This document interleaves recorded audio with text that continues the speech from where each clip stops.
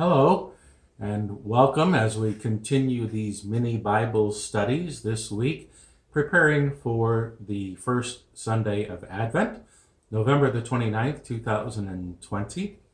And today, looking at the Gospel for this coming Sunday, the Gospel according to St. Mark, in the 13th chapter, verses 24 through 37. First, I'd like to read for you the introduction to the Gospel, then the Gospel itself, and share some of the reflections that I've been gathering this week. Jesus encourages his followers to look forward to the day when he returns in power and glory to end all suffering.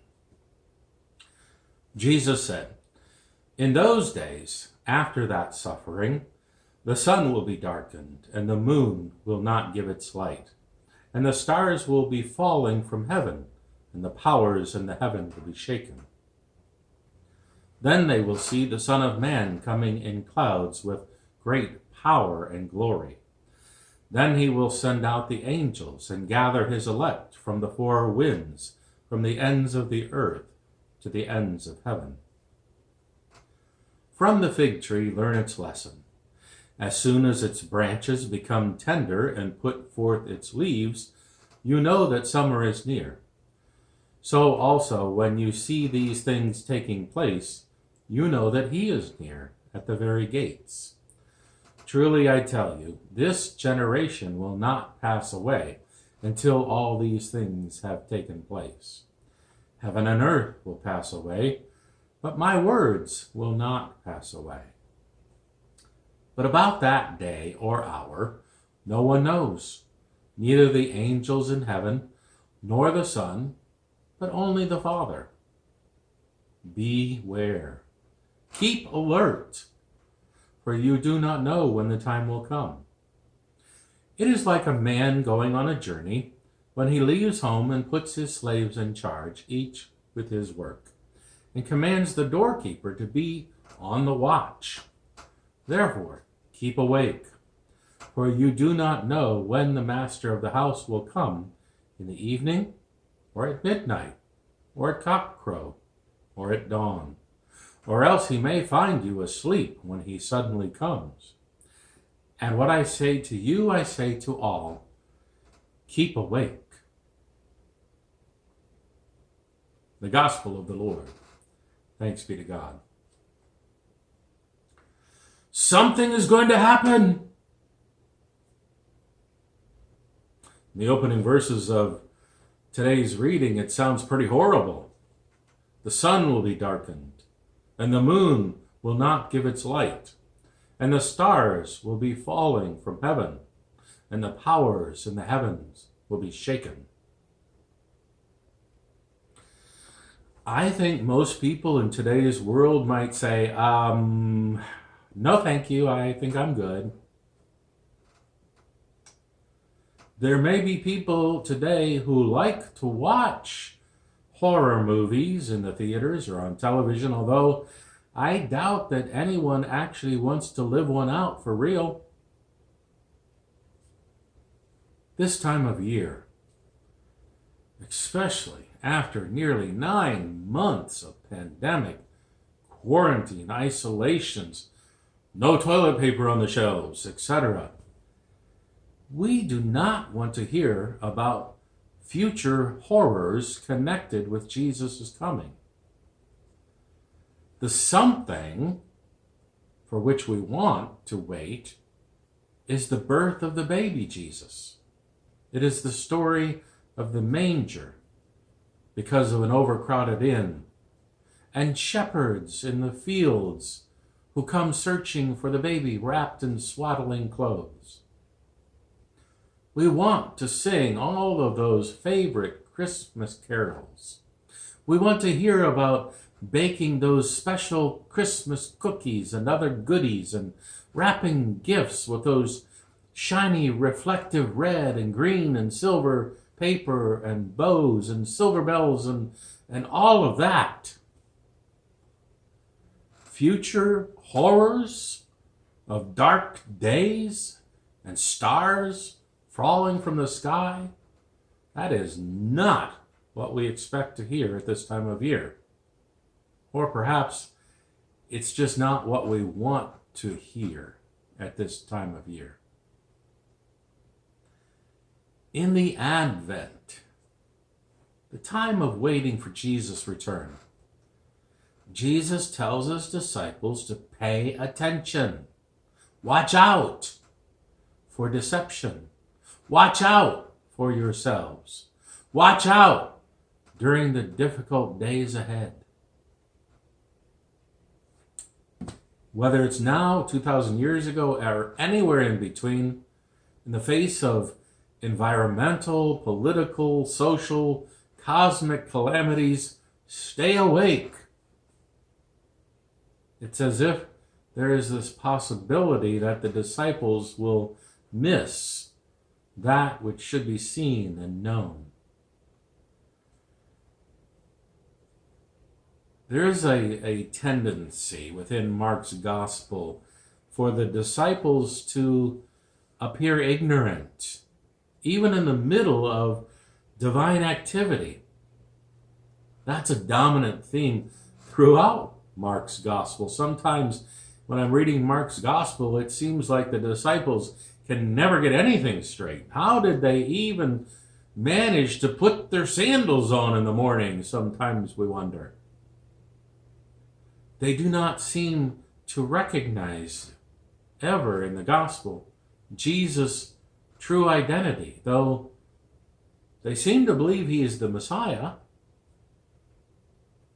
Jesus' insistent call for attentive living might also be read as apocalyptic pastoral care. I know that's a mouthful, right? Despite the dull perceptions of the disciples, Jesus is urging them and us, stay alert, watch out. It really is a care-filled call to in-the-flesh vigilance. That is, mental, physical, spiritual attention to detail. Not like that person that I think all of us can bring at least one person to mind that says, yeah, I've got this. And then we wonder, do you? Do you really get it? Earlier readings for this coming Sunday, the first Sunday of Advent, talk about times of crisis.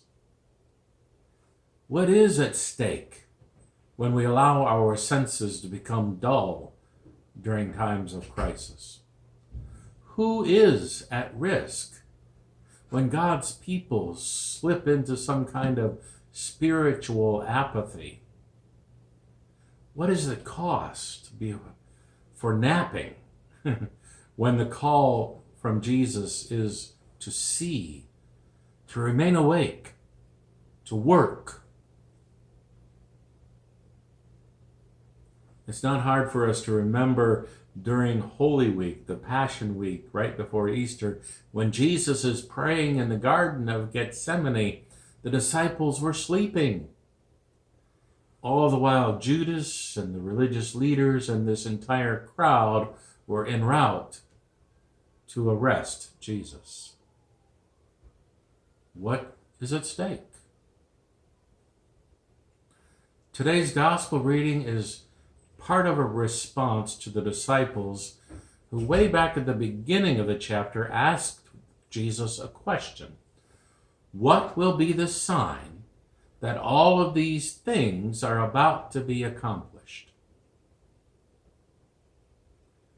Old Testament stories tell us that the Jews typically asked for or looked forward to the day of the Lord because they were expecting that day to be one where God takes vengeance on their enemies, which generally meant one invading army or another. It's their whole history in Jerusalem.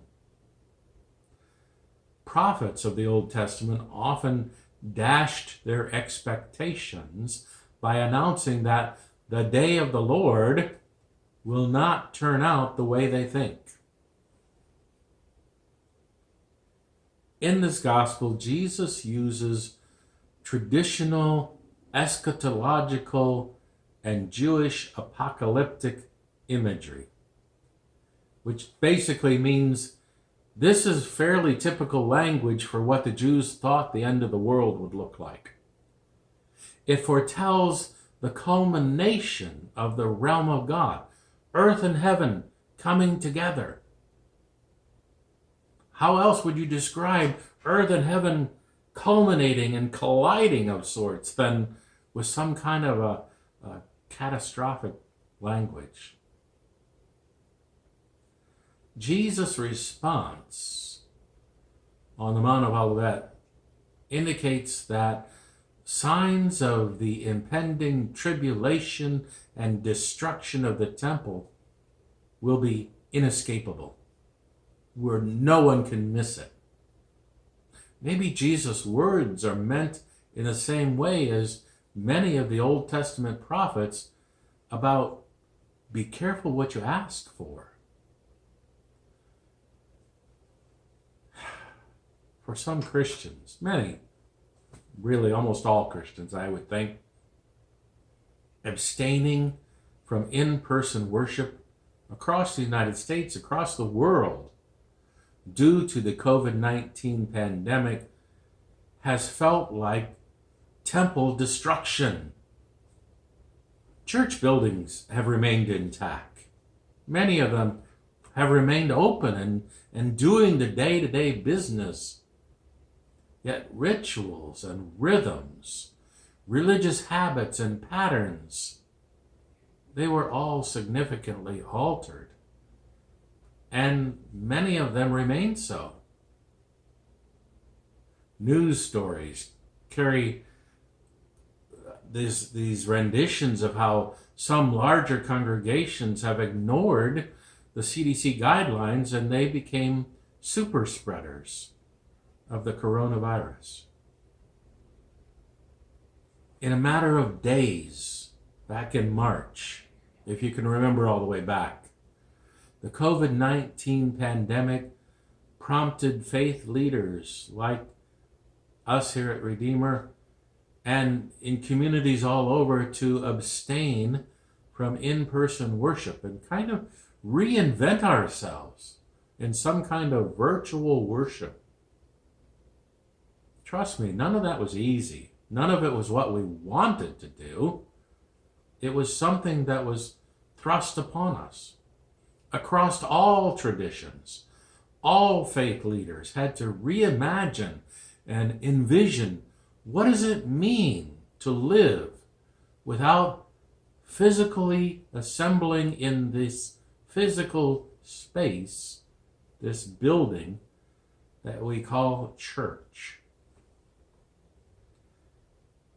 This disruption that honestly, I certainly expected to be maybe a few weeks, a month at most, now has stretched into nearly 9 months and still counting. Something was lost. In an instant, it was just taken away, demolished, you might say, by the prevalence of this coronavirus. And in the midst of it comes the call to wait and to watch and also to work as best we can under this new normal that has been thrust upon us. Certainly, this is not anyone's choice. No one wants to do this. Time emerges as a theme related to all of this kind of watchfulness. When? How long? Those are the questions that everyone wants answered. Although no one has been able to give that definitive answer. As far as the pandemic is concerned, we regular average people may be waiting yet many more months until the most promising vaccines are available to the general public. There are phases that have to be gone through before it reaches us. And as far as the parousia is concerned, what we call Jesus' second coming, Jesus tells us right here in this gospel, God is the only one who knows that. As the earlier readings for this Sunday indicate, the one constant that we know we can rely on is God. The potential negative consequence is that believers lose their faith and hope. And that is why Jesus encourages believers to stay alert, be vigilant, that is, continue to be engaged. The precise timing, the predictability of what is to come, that part is really irrelevant as far as Jesus is concerned. It's the preparedness. Be prepared, be alert, be watchful, be ready for what is to come. That, for Jesus, is what truly matters. Watching can be hard. Waiting can cause disillusionment. Working without knowing how we're going to do things in this new normal, that can be difficult. Still, Jesus' disciples are called to actively wait with anticipation. We may not know what is to come, although we know who is to come. And that is where our trust lies. Thank you for joining me this week as we continue through these little mini Bible studies on the lessons and readings for this first Sunday of Advent, November the 29th, 2020. I hope you have a great day. Take care. God bless.